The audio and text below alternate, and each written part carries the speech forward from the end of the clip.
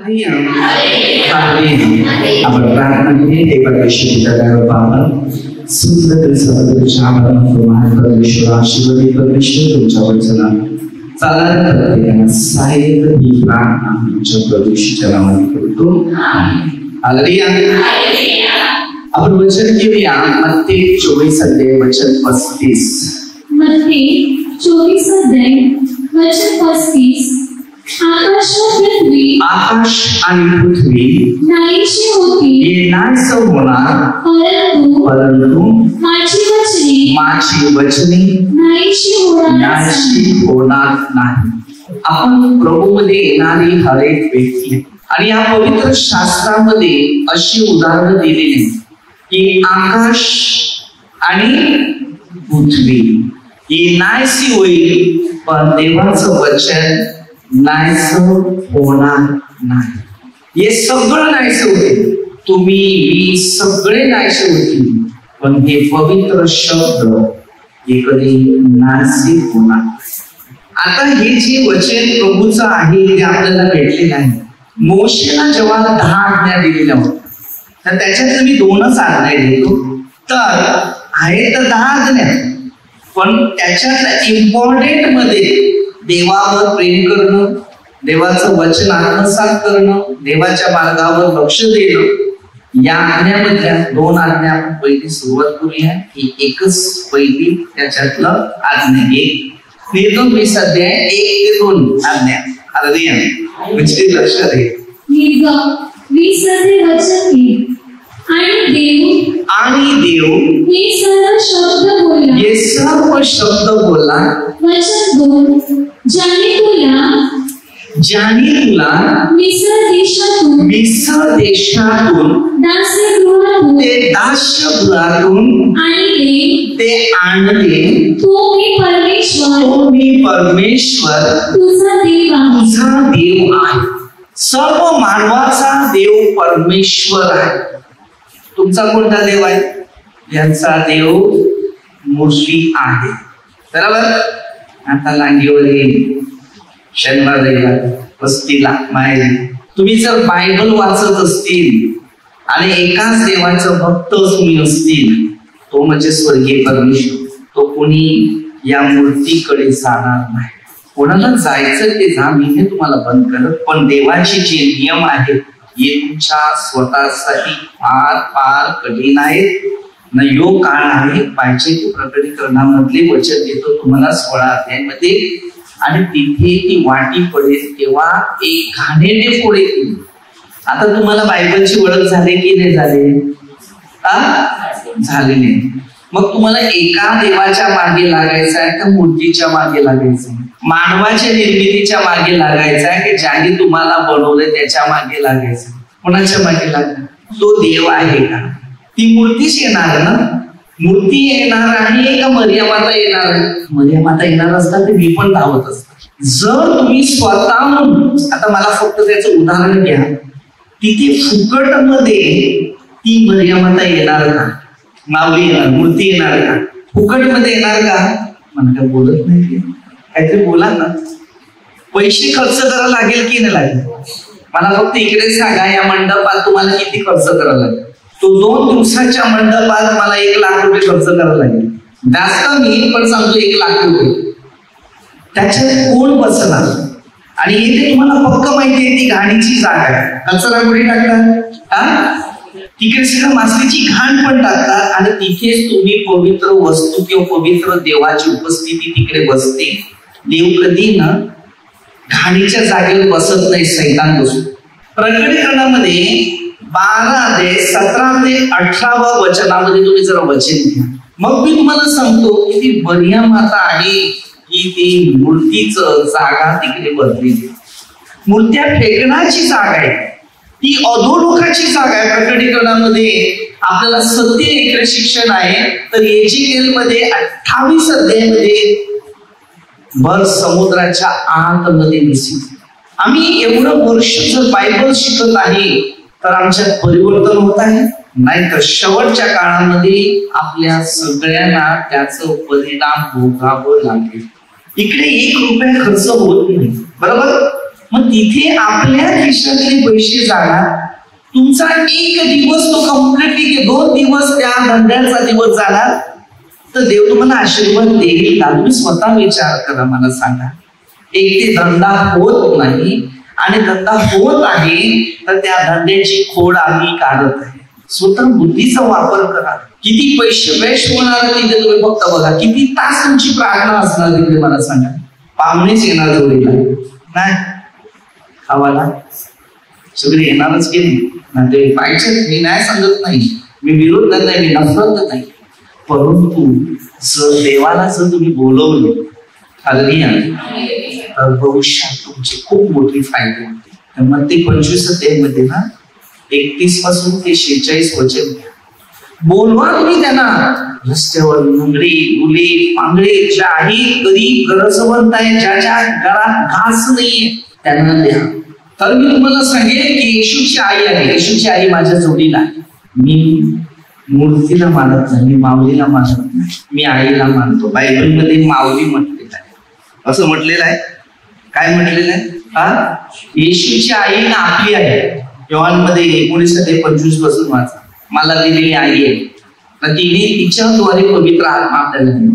तुम्ही पहिल्यांदा जेव्हा तुम्ही प्रार्थनेमध्ये जातात कम्युनियन घेण्यासाठी, पहिली 10 जण दिली जाते ना, दिली जाते की नाही दिली जाते? जाते ना. मग ते कुठे गेली आता नाही? काय म्हटलेलं तिकडे जरा बघ. माझ्याखेरीस तुला वेगळा देव नसा. आता वेगळे देव आपण केले, परमेश्वराशिवाय तुला दुसरा देव नव्हता. ते माऊलीने तिकडे समुद्र नाही बनवला, माऊलीने समुद्रामध्ये मासली सोडली नाही. खिशे खाली करणारी माऊली नाही, ते खिशे भरणारी माऊली, दुसऱ्याच्या दुःखाला धावणारी माऊली. दुसरा देश पहिला देश वाचला ना, मध्ये मध्ये विषयीच्या गोष्टी दिल्या. ती एलिझाबेथला भेटण्यासाठी गेली. तेव्हा ती भेटण्यासाठी गेली ना, तेव्हा त्याने काय सांगितलं? प्रभूच्या मातेने माझ्याकडे यावे यो मान मला. तर तिच्या माऊस बहिणीने ओळखलं. हालेलुया. आणि तिथे योहान होता, त्यांनी पण ओळखलं. मी आईला मान. तुम्ही स्वतः विचार करा. तुम्हाला कोणी शिकवणार नाही म्हणून शास्त्र म्हणून शिकवतात माणसाची, हे माणसाची नियम. याच्यात परमेश्वराचा हात तुमच्या जोडीला नाही. तर तिथे भूताचे आत्मे होतात. कोणाचे आत्मे येतात ते मला वचन 2 घे आणि प्रकटीकरणाचं घे, मग तुला मी दुसरं एक वचन देऊ. वचन 4. आपणासाठी कोरीव मूर्ती करू नको, वर आकाशातील खाली पृथ्वीवरील व पृथ्वीवरच्या जलातील कशाची प्रतिमा करू नको. हालेलुया. परमेश्वराने शब्द दिलेले मोशेला 10 आज्ञा. मग जलावर कसलीही प्रतिमा बनवू नये. मग ही प्रतिमा का बनवली? वचन 5. त्याच्या पाया पडू नको किंवा त्याची सेवा करू नको, तेव्हा त्याची सेवा करू नको. कारण मी तुझा देव परमेश्वर. काय सांगते? कारण मी तुझा देव परमेश्वर ईश्वर देव आहे, जे माझा द्वेष करीतात त्यांच्या मुलांना 3ऱ्या-4थ्या पिढीपर्यंत वडिलांच्या अन्यायाबद्दल शासन करीतो. हालेलुया. वडिलांच्या अन्यायामुळे आपल्या वडिलांनी देखील तर मुलांचा बाबतीत मुश्किल आहे. मुलांना सतावणार, मुलांना त्रास होणार. हालेलुया. मग वडिलांच्या अन्यायामुळे त्यांनी काय सांगितलं? 3ऱ्या आणि 4थ्या पिढीपर्यंत काय होईल? मग आपल्या मुलांना त्रास होतो, यांना होणार, त्यांना होणार. कारण तुमच्या अन्यायामुळे. कारण तुम्ही जिवंत देवाचा शब्द सोडून अधर्माचा प्रश्न होतो. आता प्रकटीकरणामध्ये 9 अध्यायामध्ये 20 वचन वाचा. 20चा शेवटपर्यंत. प्रकटीकरण 9 अध्याय वचन 20. त्या पिढ्यांमुळे जे जीवे मारले गेले नाही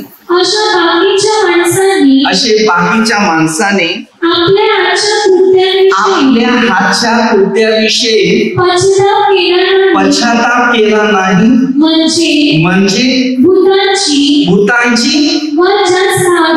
झा पाहता व ऐकता ते चालता येत नाही, अशा सोन्याच्या व रुपयाच्या व पितळीच्या व दगडाच्या फायबरच्या लाकडाच्या मूर्तीची पूजा करणे त्यांनी सोडले नाही. तुम्ही कोणाची प्रार्थना करतो? वचनामध्ये दिली आहे भूताची. तुम्ही सोडलं नाही ना तर तुमचा प्रश्न हेच येणार, मग तुमच्या मागे भूत येईल. कारण जिवंत देव पुनरुत्थित आहे, मरणावर विजय मिळवते. कारण मूर्ती पूजा बाबतीत देवाला मोठा आता तिकडे दुसऱ्या आज्ञा दिली. काय झालं वचन पहिला? दुसऱ्या आज्ञाचं घे 9:20 मध्ये दुसरी आज्ञा दिली, देवाचं नाव व्यर्थ घ्यायचं नाही. आता तुम्ही तिकडे व्यर्थ नाव घेतो की देव आहे. ती देव नाही ना, देवी पण नाही. ती एक आई या जगाला दिलेली एक सुंदर चांगली रीतीची स्त्री, आज्ञा पाळणारी, या पृथ्वीवर मानवाला घडवणारी एक स्त्री, धार्मिकता स्त्री म्हणते. पहिल्या एवेचं भाग तिने तोडून दुसऱ्या एवेने भाग, ते जो भाग आहे पहिल्या एवेने भाग जो होता आज्ञाभंग केला, हिने आज्ञा पाळलं. म्हणून या एवेच्या जागेवर या मरिया मातेचं नाव ठेवलं. आणि या जगात तिने सत्य परमेश्वराची ओळख करून ती लोकांना धार्मिकता शिकवली. म्हणजे अनुवाद मध्ये 11 ते 18 पासून आपल्या मुलांना त्यांनी हरल्या वचन 6 आणि जे माझ्यावर प्रेम करीतात व माझ्या आज्ञा पाळतात अशांच्या हजारो पिढ्यांवर मी दया करीतो. काय सांगते? हजारो पिढ्यांवर मी दया करीतो. अनुवाद 11 ते वचन 18 म्हणून तुम्ही ही माझी वचने आपल्या ध्यानेमध्ये साठवून ठेव. मूर्तीपूजा नाही करायला सांगितली, माझी वचन ध्यानीमध्ये साठव. मग तुम्ही विचार करा, मला आशीर्वाद मिळेल? तुम्हाला आशीर्वाद मिळणार नाही. आता आशीर्वाद त्याच्याने मिळणार नाही. जे प्रार्थना करून परमेश्वर जो देतो ना त्याच्याने आशीर्वाद येईल. मूर्तीच्या पाठीमागे आशीर्वाद नाही मिळत, शाप येतात. हे कुठे बायबल मध्ये आहे की मूर्ती आम्ही उभी केली, त्याच्यावर आम्ही प्रार्थना केली, भक्ती केली तर आम्हाला त्याचे फायदे होणार आहे? हे देवाच्या सरळ सरळ विरोध आहे. हे माझ्या विरुद्ध नाही सांगलं, देवाच्या विरुद्ध, कोणा माणसा विरुद्ध नाही. एक बायबल खुल्लं करा आणि पवित्र शास्त्राप्रमाणे आपण भक्तीची प्रार्थना. म्हणून त्यांनी काय सांगितलेलं आहे प्रकटीकरणामध्ये 12 ते 17 ते 18 वचनामध्ये. वचन पण तुम्ही घ्या ना, या वचनामध्ये मी लिहिलेलं नाही मिळत ना, हे देवाची महान व्यक्तीने लिहिलेली वस्तू आहे. आणि या गोष्टी प्रकटीकरण 12 ते वचन 17 तेव्हा अजगर त्या स्त्रीवर रागावला आणि देवाच्या आज्ञा पाळणारी माऊली नव्हती, ती आज्ञा पाळणारी व्यक्ती होती. त्या स्त्रीवर अजगर रागावला. अजगर मध्ये कोण? शैतान. व येशूविषयी साक्ष देणारे, ती येशूविषयी साक्ष देणारे तिच्या संतानापैकी बाकीचे जे लोक होते त्यांच्याबरोबर लढाई करण्यास तो निघून गेला. आणि तो समुद्राच्या वाळूत उभा राहिला. कोणाला? ते तुम्ही प्रार्थनेत येणाऱ्या लोकांसाठी. जे येशूला ओळखतात ना ते लढाई करण्यासाठी समुद्राच्या वाळूमध्ये, माहिती नाही तुम्हाला आता काय पाहिजे ते, पण मी हे तुम्हाला सांगतो, जर तुम्ही देवाच्या आज्ञा मोडल्या तर तुमच्या आज्ञा मोडण्यासाठी परमेश्वर मी काहीच करू शकत नाही. कारण सूत्र 96 मध्ये 13 वचन मध्ये तो आता स्वतः न्याय करायला लागले नाही. आता आमचं पण काही चालणार नाही, कारण तुम्ही देवाच्या आज्ञाने पाळत नाही. आम्ही काय मध्यस्थी होणार? येशू ख्रिस्त एक पृथ्वीवर एवढा मध्यस्थ आला की या जगाच्या तारणासाठी आला. आणि ती स्त्री, ती आई, तिला म्हटलेलं आहे ती आज्ञाधारक होती. म्हणून तिकडे वचनामध्ये पण दिले ना, ती देवाची आज्ञा पाळणारी होती. म्हणून समुद्राच्या किनाऱ्यावर, आता समुद्राच्या किनाऱ्यावर काय मंदिर आपण कशाला बांधली? जर समुद्राच्या किनाऱ्यावर जर माऊलीचं सत्कृत्य जर घडते, येशूच्या आईचं सत्कृत्य घडते, तर मंदिरामध्ये ठेवण्याची काहीच गरज नाही. तुम्ही स्वतः आकर्षण करा, मी खरं बोलतो का खोटं बोलतो. तुम्हाला लागत असेल तर तुम्ही त्याचे जर भक्त असेल तर तुम्हाला स्वतःला सावध राहायचं. मी एरिया सारखा एकटाच बोलतो. 450 बहाल देवताचे संदेश, पण विजय मात्र येशूचाच झाला, एलियाचाच झाला. विजय माझाच एक दिवस होईल. कारण मूर्ती कोणती मूर्ती अद्भुत चमत्कार करू शकत माहितीये मला. प्रकटीकरणामध्ये 13 दिलेली मूर्त्या बोलतील. ते कधी बोलतील? लोक 19:40. तुम्ही गप्प राहतील, प्रार्थना करायचं सोडून देतील. जेव्हा त्याच्या मागे जातात तेव्हा तो शैतान त्या आत्म्यात कार्य करेल. शैतान कुठून कार्य करेल? ह्या मूर्त्यांमधूनच कार्य. तुम्हाला आशीर्वाद जर पाहिजे असेल तर प्रार्थनेमध्ये राहा, वचनामध्ये राहा, शिक्षणात. जर आशीर्वाद नाही पाहिजे असेल, सण खायचे असेल तर तुम्ही खा, पण स्वतःला पण सावध राहा. कारण ते देवाच्या विरुद्ध जागलेल्या लोकांना आता वेळ नाही मिळत. आता त्याचा अंत सुरू झालेला आहे. ही वेळ खतम. रोमकरा 8:19 वचनापासून जर सुरुवात केली, सृष्टीची नासाडी करायची वेळ आहे. आता तुम्ही स्वतः विचार करा, गेल्या महिन्यापासून तुम्हाला काही धंदा नव्हता, प्रार्थना करून रात्र दिवस गुडघे टेकून प्रार्थना केली. लोक सांगतात ब्रदर गर्दी येत नाही, बोंबील येत नाही. आता आले का? मग आता त्याचं काय काम आहे मला सांगा. आता त्याचं काम काय? तुमच्यासाठी देवाने एक संदेश सेवक बनवलेला आहे, त्याचा विचार करा ना. त्याच्यावर तुमच्या खिशातली जी व्यक्ती खाली करते, खिशे खाली करते, त्याचा थोडा विचार करा की याच्यामुळे तुमचे पैसे मी काय मागितलं तुमच्याकडे? मग तुम्ही स्वतः विचार करा, धंदा देव कसा देईल. अरे तुम्ही जीवन धोक्यात टाकून तुमचं जीवन धोक्यात टाकून कुठे जाणार? समुद्रात. कोण आजारी आहे, कोण दुखी आहे, कोण समस्या, जो खर्च तुम्ही आलाय करतो ना, एक स्पीड बोट बनवा ना, जर तिकडे समुद्रात न्या. कोणी आजारी पडला वगैरे तर त्याला घेऊन या त्या पैशाने. हा पैसा याला वेस्ट करतात ना, तो पैसा तिकडे 1 वर्ष लॉकडाऊन मध्ये झालेलं का? मग आता कशाला पाहिजे? मग आता हे कशाला पाहिजे? मला फक्त तुम्ही सांगा ना, मला बोलायचं थोडं. मी तुमच्यासाठीच जडतो, तुमच्यासाठीच जडतो. जेव्हा आजारी पडतात ना, तेव्हा अख्खं बोटलं घेऊन यावं लागतं. बर्फाचं नुकसान, डिझेलचं नुकसान, मानवाचं नुकसान. जर हाच पैसा जर तुम्ही काढला अख्ख्या गावाच्या लोकांनी आणि एक स्पीड बोट ठेवली तर तुम्हाला काही टेन्शन नाही. कोणी आजारी पडला, काय केलं तर तिकडे काहीतरी म्हणा. समाजामध्ये तुमच्या एरियातला कोणतरी डॉक्टर बनलाय, पैसे खर्च करा ना, त्यांना डॉक्टर बनवा. 8 दिवसाला एकदा तरी त्याच्या मध्ये पाठवलं ना, त्याला पगार, तरी तुम्हाला सुविधा होईल. हे पैसे वायफळ तुमचे आहे. हा जो खर्च करतात ना तुम्ही, स्वतः एक बिझनेस करा. ह्याच्यात काय मिळत नाही, तुमच्या खिशात काही पडत नाही, तुमच्या खिशातले जातात. लक्षात ठेवा, देवाने मला पाठवले तुमच्यासाठी, माझ्यासाठी. जर पटलं तर धरा, मी तर सोडा. मी आल्यापासूनच घरदार सगळे झालेले. ती माऊली येऊन नाही, माऊलीने खिशे खाली करून घेतले ते माऊलीच्या नावावर. कारण देवाला जे आवडत नाही ना ते करायचं नाही. या बायबलमध्ये ज्या गोष्टी लिहिलेल्या आहेत, देवाचे क्रोध भटकले तर आपण काय करणार? कारण आमच्यामध्ये बसलेला आहे दुष्ट आत्मा, आणि हे भूताच्या आत्मे शिरलेल्या शरीरामध्ये, तर आम्हाला चांगल्या गोष्टी पटणार नाही. राग, नफरत, द्वेष किंवा चिडचिड.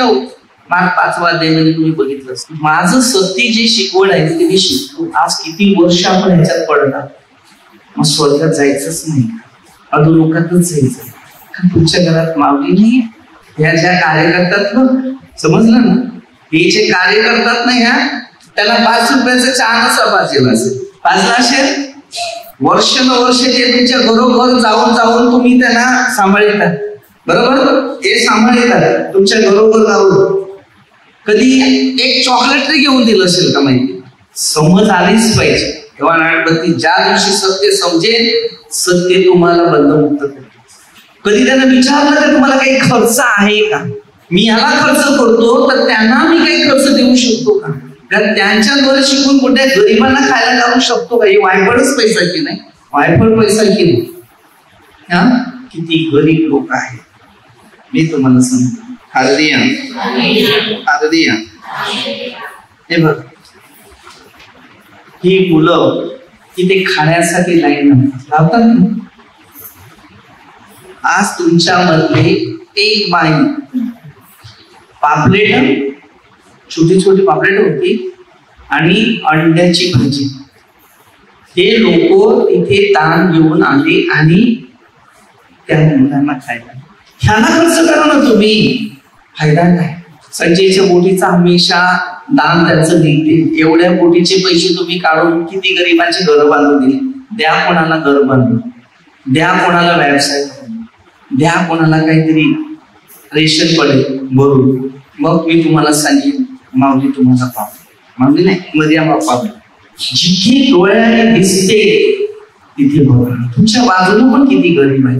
योग खर्च त्या गरीबांना, गरजवंत व्यक्तीला घर बांधताना किंवा कुठल्या गोष्टीला मदत केली. ती आई बसली, ज्या आईच्या घरात खायला नाही, त्या आईला समाजामध्ये शिस्त जास्त शिका. हा वायफळ खर्च आहे, आशीर्वाद मिळणार नाही, लक्षात ठेवा. हे फक्त प्रार्थनेनेच तुम्हाला आशीर्वाद मिळेल, पण हातामध्ये काहीच टिकणार. कारण लूक मध्ये ना 15:11 पासून बापाचं धन घेतलं. आपण पण स्वर्गीय बापाकडे मागतो आणि देतो. आता हे धन आम्ही चुकीच्या रस्त्याला वापरतो. मग परत धंदा कसा होईल? पैसे उडवायला दिल्या का पैसे काही तुमच्या काम धंद्यासाठी, तुमच्या गरजेसाठी दिलेले? बोलला ना तुम्हाला, मी काय मागायला येतो नाही ना. कधी आजपर्यंत 24 वर्ष मी आपल्या एरियात कार्य केलं, कधी पेट्रोलला पैसे मागितले नाही. मला पाहिजे पण नाही. जे होते देव देतो, त्यात मी समाधान आहे. पण हे वेस्ट कसं करू नका. ह्याच्यात काय मिळणार मला सांगा? सैतान तुम्हाला फसवणार आणि तिकडच्या अख्ख्या दिवसाची प्रार्थना तुमची. हे सत्य शिका, लक्षात ठेवा. सत्य तुम्हाला खूप कामाला आहे, खूप कामाला आहे, भरपूर प्रमाणात कामाला आहे. कारण ज्याला सत्य मिळालेलं आहे तर त्याच्या जीवनामध्ये कार्य करणार परमेश्वर. माझी सेवा बघा, या जोडीला मी तुम्हाला सांगतो, किती लोकांच्या जीवनात एक प्रेरणाचा प्रकाश मी पसरतो. किती लोक आशेवर आहेत, किती लोक उत्साहित आहेत. लोकांना माझं धार्मिक जीवनाचं रूप दिसलं. धार्मिकता एक रूप, त्या परमेश्वराने मला बनवलं, माझ्या पाप्यावर दया केलं. मी पापी असून माझ्यावर प्रेम केलं आणि त्या प्रेमाखातीर लोकांसाठी एक स्वार्थिक म्हणून, प्रचारक म्हणून या पवित्र शास्त्राचं शिकवण या पापी व्यक्तीवर तुम्ही स्वतः विचार करा. स्तोत्रसेमध्ये 115 अध्यायामध्ये दिली. त्यांना तोंड आहे पण बोलता येत नाही. बोलते का? आता त्यांनी सांगितलं पहिल्या वचनात काय सांगितलं, निर्लो 20 अध्यायामध्ये काय सांगितलं. मग तुम्ही एक विचार करा. मग जर या बायबलच्या नियमाविरुद्ध जर आम्ही जीवन जगलो तर शेवट काय होईल? कारण माझ्या सत्यामागे माझ्या विरुद्ध बरोबर, पण मी नाही का. ज्या दिवशी माझी वेळ आहे बघा, त्याच दिवशी मी घराच्या बाहेर आहे, तो देवाचा घरात आहे, तुम्ही माझ्या घरचा. माझ्या आईला पण हे शब्द दिलेत, माझ्या कुटुंबाला पण हे शब्द. पण माझ्याद्वारे कितीतरी ठिकाणी चांगल्या गोष्टी घडतात, हेच मी देवाला सांगतो. आणि देवाकडे मी हीच प्रार्थना करतो की प्रभू, या जगात तुझं प्रतिरूप आलेलं आहे, पण तुझ्या रूपासारखं कोण चालत नाही. तुझ्या सेवेमध्ये धावत नाही. तुझ्या सेवेचं काम कोणच करत. सत्य मी तुम्हाला सांगतो, या मुली कार्य करतात, मला अभिमान वाटतो. हे तुमची जीवनात मर्यादा आहे. कारण लॉकडाऊन पासून त्यांनी सांभाळलं. कोणतीही माऊली तुमच्या समोर आली नव्हती. आलेली का? मला सत्य सांगा, प्रकट करा की जे माऊली उभारणी करतात ना, त्यांना सांगा त्या लॉकडाऊन मध्ये कुठे लपलेले होते. मग तुम्ही सिद्ध करा ना. शेवटी या प्रार्थनेच्याद्वारे तुम्ही सर्व लोक जीवित आहेत. समजले?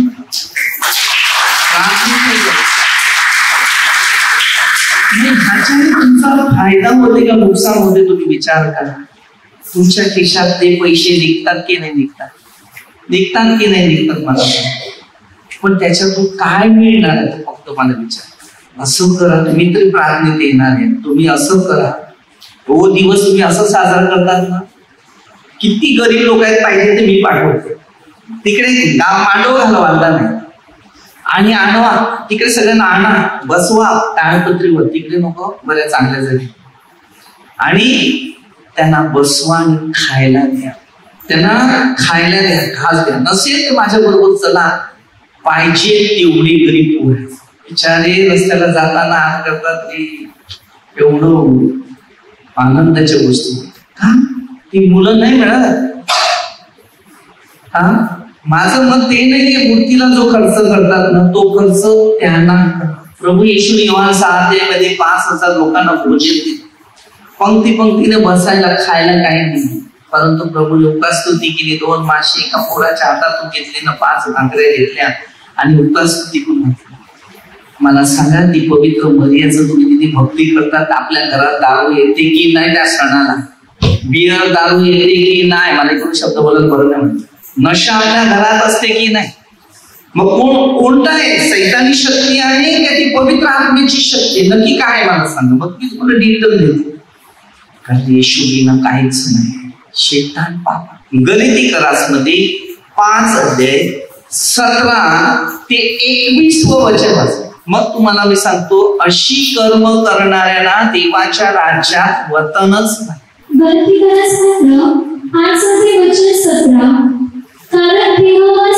कारण देहवासना ही आत्म्याच्या विरुद्ध आहे, आत्मा देवाचा आत्मा देहाच्या विरुद्ध जीवन जगण्यास. म्हणून सांगते देहवासना आत्म्या ह्याच्या किती इच्छा पुऱ्या करा कधीच पुऱ्या होणार नाही, पण आत्म्याच्या इच्छा पुऱ्या केल्या तर आनंदाने शांतीच होईल, जीवन बदलतच आहे. मी नफरत नाही कोणाशी करत, मी तुम्हाला सध्या सांगतो, मला कोणाशी नफरत करायची नाही ना. मग माझ्या जीवनात मी कोणाच्या बाबतीत माझ्या जीवनात पाप आणायचं. मी घरात बसल्यानंतर सगळ्यांसाठी प्रार्थना करतो. माझा नफरत असू दे, माझ्याविषयी कुरकुर करू दे, कोणी माझी निंदा करू दे, माझ्याविषयी कोणी बोलू दे, देवा तुझा आशीर्वाद. सगळे मंत्री लोक, आमदार लोक, सरपंच, पालक, बिशप, जेवढे धार्मिक कोण दुश्मन असू दे, प्रार्थनेत असू दे, प्रार्थनेत नसू दे, या भारताच्या हर एक व्यक्तीला मी देवाच्या हातात समर्पण करतो, कारण ते सर्व देवाचे आहे. पण सैतानाने आम्हाला देवाच्या बरोबर ठेवलं नाही, म्हणून आम्ही देवाचे दिसत. मानवामध्ये प्रीती हा सगळ्यात मोठा धर्म आहे. अरे रस्त्याला जर देव असे उभे राहिले तर कोणाला जायची गरज आहे? काही गरज आहे का? देव जर आपल्या बरोबर आहे, आपल्या घरी आहे, रस्त्यावर आहे, तर मग आपल्याला भीती नसणार, सैतान येणारच नाही. ना आमच्या घरात भांडणं होणार, ना आमच्यामध्ये नफरत होणार, ना आपल्यामध्ये द्वेष. मूर्तीमुळे माणूस माणसाचा घात करतो, मूर्तीमुळे माणसाशी नफरत करतो, मूर्तीमुळे माणसामध्ये द्वेष उत्पन्न होतो. ही मूर्ती आहे, त्याच्यासाठी तुम्हाला ना मला पांडायची गरज नाही. हालेलुया. आपल्या प्रत्येकाचा अनुभव आहे, तो घेतलाच पाहिजे. अनुवाद मध्ये 12 ते 4 वचन मध्ये तोडफोड करायला सांगितलं त्याने, पण तुझा देव परमेश्वर याच्या बाबतीत नाही. म्हणून इथे परमेश्वरचा आदर्श म्हणून ठेवलेला, याला भक्ती नाही, याला प्रार्थना नाही, एक आदर्श म्हणून ठेवले. आणि मी माझ्या आईला माझ्या विद्यार्थी, मी मूर्तीचा सन्मान करत नाही, मी माणसाच्या मूर्तीचा सन्मान करतो. ज्यापासून लोकांना फायदे होत नाही तो देव नाही, ज्या देवापासून फायदे होतात तो देव आहे. आज तुम्ही विचार करा, कितीतरी लोक ह्या मूर्तीद्वारे पैसा कमवत बसलेले. म्हणून देवाने काय सांगितलं, मूर्ती पूजा करूच नको, एकच देवाला बस, मूर्ती पूजा करू. किती गोष्टी बायबलमध्ये लिहिलेल्या, अनुभव लिहिलेले आहेत. शाळेमध्ये पोरं शिकायला जातात, टीचर होती का, पटू होता का, मावली होती, काय होतं शिकवायला, टीचर होती, पटू नव्हता. मग इकडे टीचर तो झालाय ना, 3-4 टीचर आहेत, इकडे दुसरे टीचर गेल्या, काय माहिती. याला प्रचार करणाऱ्या व्यक्तीला विरोध आहे, नफरत आहे, द्वेष आहे, कारण मूर्तीमुळे सगळं मिळते, हुतात्मे येते आणि ते आत्मे माणसाच्या शरीरावर अटॅक करतात. जर देवाला तसं जे करायचं असतं मूर्तीमध्ये, रोज त्या मूर्तीतून सगळ्यांच्या घरातून बोललाच, मग ते 18-20 मध्ये काय झाले, 2 किंवा 3 माझ्या नावाने जपतो तिकडे मी हजर आहे. बायबल मध्ये माऊली शब्द लिहिलेला नाही. मग तुम्ही माऊलीचा सन्मान कोणत्या गोष्टीचा करतात की तिथेच भूताला आम्ही आमंत्रण करतात. मरियमाचा सन्मान करतात. परमेश्वरचे महान सेवक येऊन गेले या बायबल मध्ये आणि सेवका म्हणजे देवाचे सेविका पण बनले, सुवार्तिक पण बनले. मग आपला फायदा काय? 28-28 आता हे तारण गेलं परराष्ट्रीयांकडे आणि परराष्ट्रीय हेच परमेश्वराचा स्वीकार करतील. आता तसंच होणार आहे. सगळे पहिले ते शेवट आणि शेवट ते पहिले पुष्कळ जणांचे होणार आहे आणि इथे आम्ही कमजोर पडणार. वेळ आम्ही आध्यात्मिक शिक्षणाची, मी बोलला तुम्हाला येशूच्या आईच्या बाबतीत माझे नफरत नाही कारण ती माझी आई आहे, पण मूर्तीविषयी माझ्या मनात नफरत आहे कारण मूर्ती कार्य करू शकत नाही. मूर्ती कार्य, माझी मूर्ती काय कार्य करू शकत नाही, पण माझ्या हातात देवाने दिलेली जी मूर्ती आहे ती कार्य करू शकते. तुम्ही पण ते कार्य करू शकता. 9:35 मध्ये दिले, ज्याला देवाचं वचन प्राप्त झालेलं आहे, देवाचं वचन ज्याला प्राप्त झालंय त्याला देव म्हटलं तरी आज्ञाभंग होत नाही. म्हणजे आम्हाला काय शिकायचं आहे हे पहिलं लक्ष. आम्ही मूर्तीकडे जात आहे तर कुठेतरी मोठ्या प्रमाणात आम्ही देवाचा अपमान करत आहे.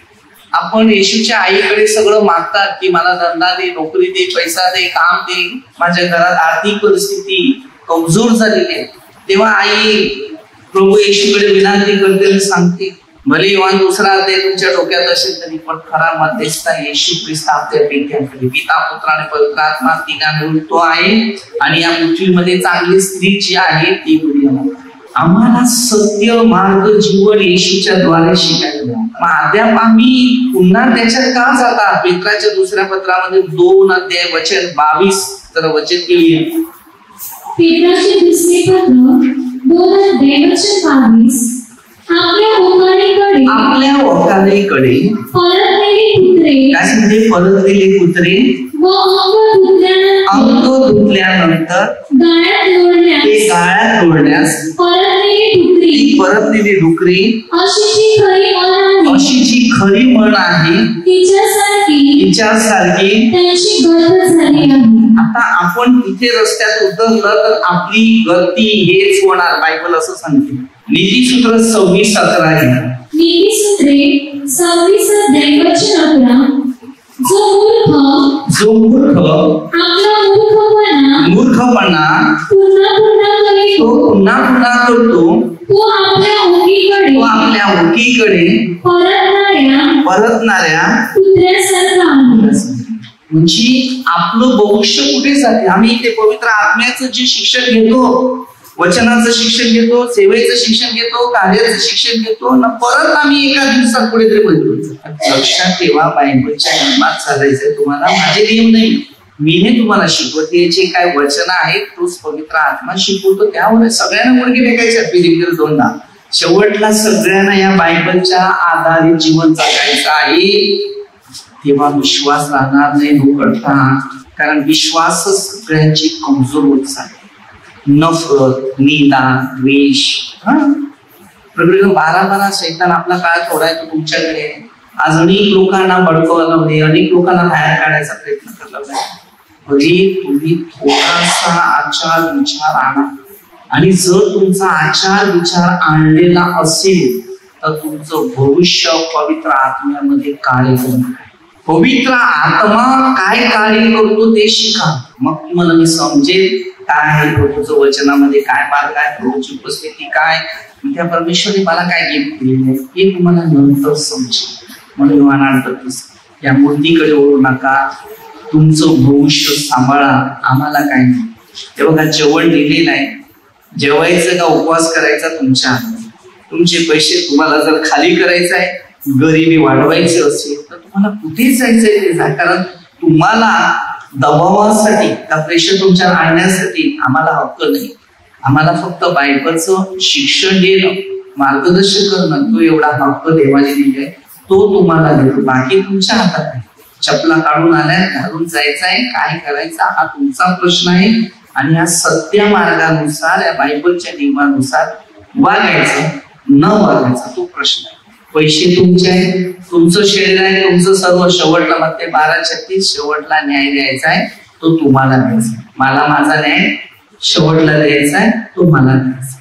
म्हणून सावत्रा मोशेने पण ह्या 10 आज्ञा दिलेल्या, प्रभू येशूने पण लूक 10 अध्यायामध्ये 27 वचन दिलेले आहे. संपूर्ण मनाने, संपूर्ण जीवाने परमेश्वरावर प्रेम कर, स्वतःवर कर, मग बाकी शेजाऱ्यावर कर. कोणत्या मूर्तीवर प्रेम करायला नाही सांगितलं, कारण मग ते 5:2 पासून येशू तोंड उघडून शिकवत होता. आणि योहान 1:1 मध्ये कसं ते प्रारंभी शब्द होता, शब्द देवाचा होता, शब्द देव होता. 14 पर्यंत जर वाचलं तुम्हाला शब्दाविषयीची उदाहरणं बघायला मिळते.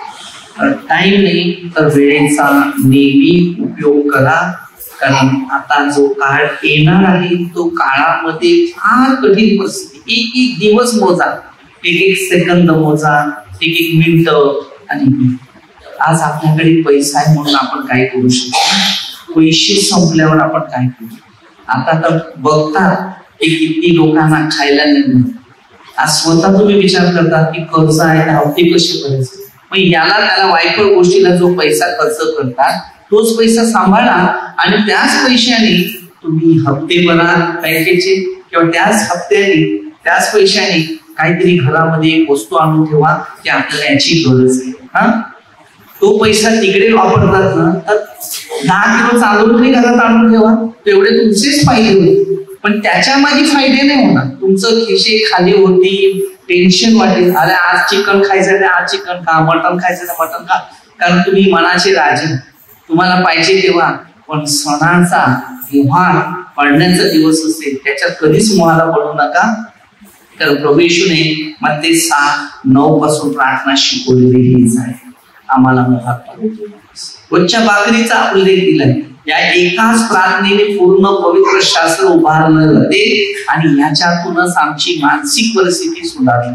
वेळेचा सदुपयोग करा, शब्दाद्वारे, बोलण्याद्वारे, विचाराद्वारे जे काही पाप झालं असेल तर आमच्या प्रजाच्या क्षमासवी तुमचं जीवन प्रभूच्या वचनानुसार चालव. हे परमेश्वर पिता दयाळू बापा, सगळं दिवसावर तुमच्या आभार म्हणतो. महान परमेश्वर, आशीर्वाद परमेश्वर, सर्व मंदिर लोक, आमदार लोक, सर्व पोलीस लोक प्रभूचा आशीर्वाद, हर एक डॉक्टरांना प्रभूचा आशीर्वाद, प्रत्येक कार्यकर्त्याला प्रभूचा आशीर्वाद, भारत देशी सर्व व्यक्तीचा जीवनामध्ये आशीर्वाद, सर्व लोकांचं जीवन परिवर्तन व्हावं ही प्रार्थना प्रभू येशूच्या नावाने करतो. आमेन.